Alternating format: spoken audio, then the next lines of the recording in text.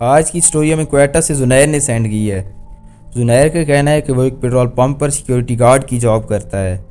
اس سے پہلے بھی وہ کئی جگہوں پر سیکیورٹی گارڈ کی جاب کر چکا ہے۔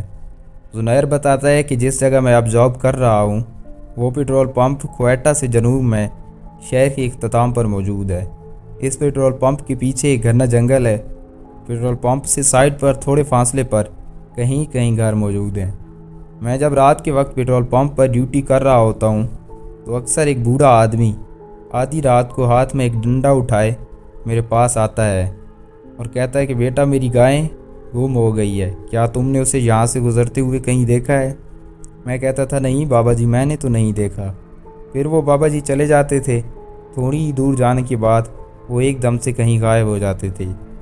اب تک وہ میرے پاس تقریباً 3 مرتبہ آ چکے تھے۔ ایک دفعہ رات کے وقت تقریباً 3 بج رہے تھے اور میں چیئر پر بیٹھا موبائل چلا رہا تھا کہ اچانک سے وہ بابا جی میرے سامنے کھڑے تھے، گویا وہ کہیں سے چل کر نہیں آئے تھے۔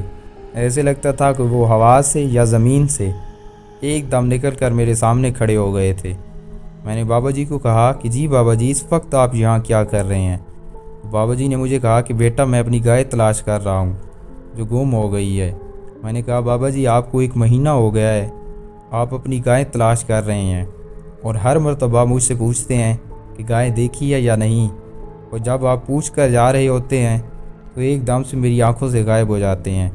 ابھی بھی آپ نے مجھے ڈرا دیا ہے، میں نے آپ کو کہیں سے بھی آتے ہوئے نہیں دیکھا اور ایک دم سے میں آپ کو اپنے سامنے دیکھ کر ڈر سا گیا ہوں۔ مجھے آپ کی گائے کا نہیں پتہ اور وہ یہاں سے نہیں گزرتی، اسے کہیں اور جگہ جا کر تلاش کریں۔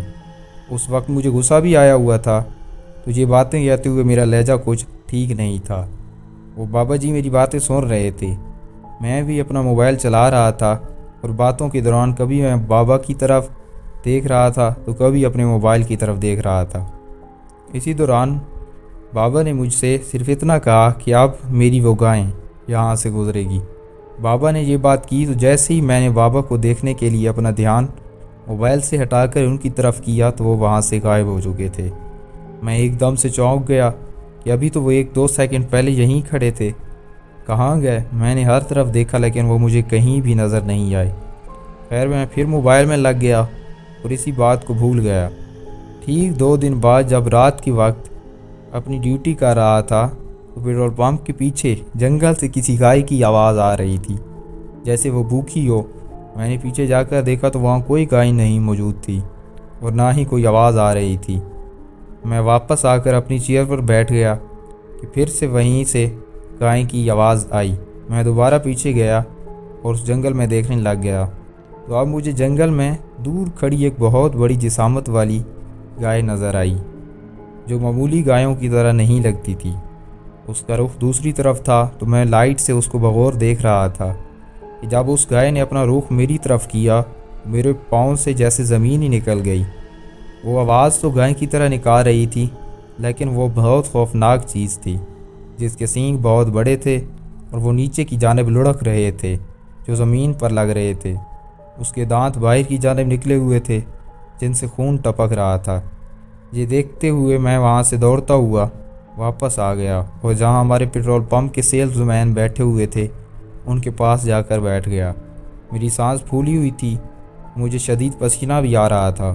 سیلز مین نے مجھ سے پوچھا کیا ہوا ہے زنیر بھائی؟ تو میں نے انہیں بتایا اس بوڑھے آدمی کے متعلق اور پھر اس گائے کے متعلق ساری بات بتائی۔ ان میں سے ایک لڑکے نے مجھ سے لائٹ لی اور پیچھے جنگل کی جانب چلا گیا جہاں سے گائے کی آواز آ رہی تھی۔ جب وہ لڑکا وہاں دیکھنے گیا تو تھوڑی دیر بعد اس کی آواز ہمیں سنائی دی۔ وہ لڑکا کہہ رہا تھا کہ بابا جی ادھر کیا کر رہے ہیں؟ میں اور وہ دوسرا سیل مین جو میرے ساتھ بیٹھا ہوا تھا، ہم دونوں جب اس لڑکی کے پیچھے گئے تو وہ حیران و پریشان کھڑا جنگل کی طرف دیکھ رہا تھا۔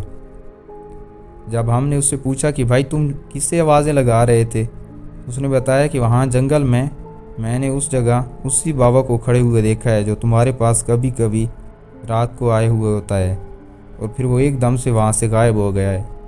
ہم واپس آ کر اپنی جگہ پر بیٹھ گئے اور میں ان دونوں لڑکوں کو بتانے لگا کہ جب بھی وہ بابا جی میرے پاس آتے تھے تو ہر دفعہ یہی بات پوچھتے تھے کہ تم نے میری گائے دیکھی ہے؟ میں انہیں کہتا تھا نہیں بابا جی میں نے تو نہیں دیکھی، تو وہ چلے جاتے تھے اور جاتے ہوئے ایک دم سے کہیں غائب ہو جاتے تھے۔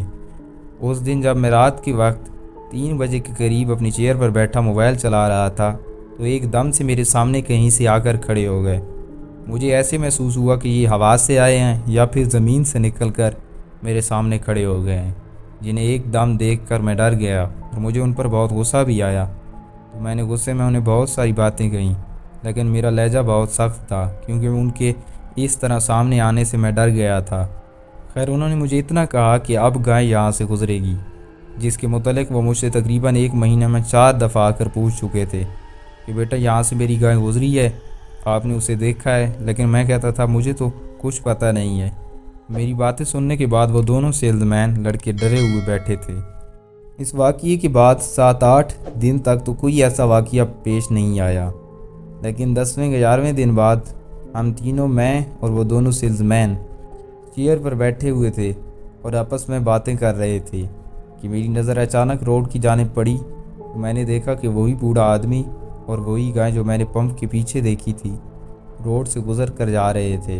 وہ بوڑھا آدمی اس گائے کے اوپر سوار تھا۔ یہ دیکھ کر دونوں سیلز مین لڑکوں کی تو جیسے سانس ہی اٹک گئی۔ وہ پمپ کے سامنے روڈ سے گزرتے ہوئے دوسری طرف اندھیرے میں غائب ہو گئے۔ ہم اس منظر کو بھلانے کے لیے اپنے موبائل میں مشغول تھے کہ دوبارہ سے پمپ کے پیچھے جنگل سے گائے کی خوفناک آوازیں آنے لگیں۔ اب کی بار کسی کی بھی ہمت نہیں ہو رہی تھی کہ وہ پیچھے جا کر دیکھے۔ پھر میں نے ہمت کی اور لائٹ اٹھائی اور پیچھے جنگل میں دیکھنے گیا۔ میں جب وہاں گیا تو وہی گائے اور اس پر سوار وہی بوڑھا بابا غصے سے میری طرف دیکھ رہے تھے۔ میں نے اسے کہا کہ بابا جی ہمیں خدا کے لیے پریشان نہ کریں، اگر اس دن جو باتیں میں نے غصے میں کی تھیں تو مجھے خدا کے لیے معاف کر دیں اور ہمیں اپنی ڈیوٹی سر انجام دینے دیں۔ ہم غریب لوگ ہیں جو دور دراز سے یہاں اس پمپ پر روزی روٹی کی تلاش میں آئے ہیں۔ وہ میری یہ باتیں سننے کے بعد خاموشی سے میری طرف دیکھ رہے تھے۔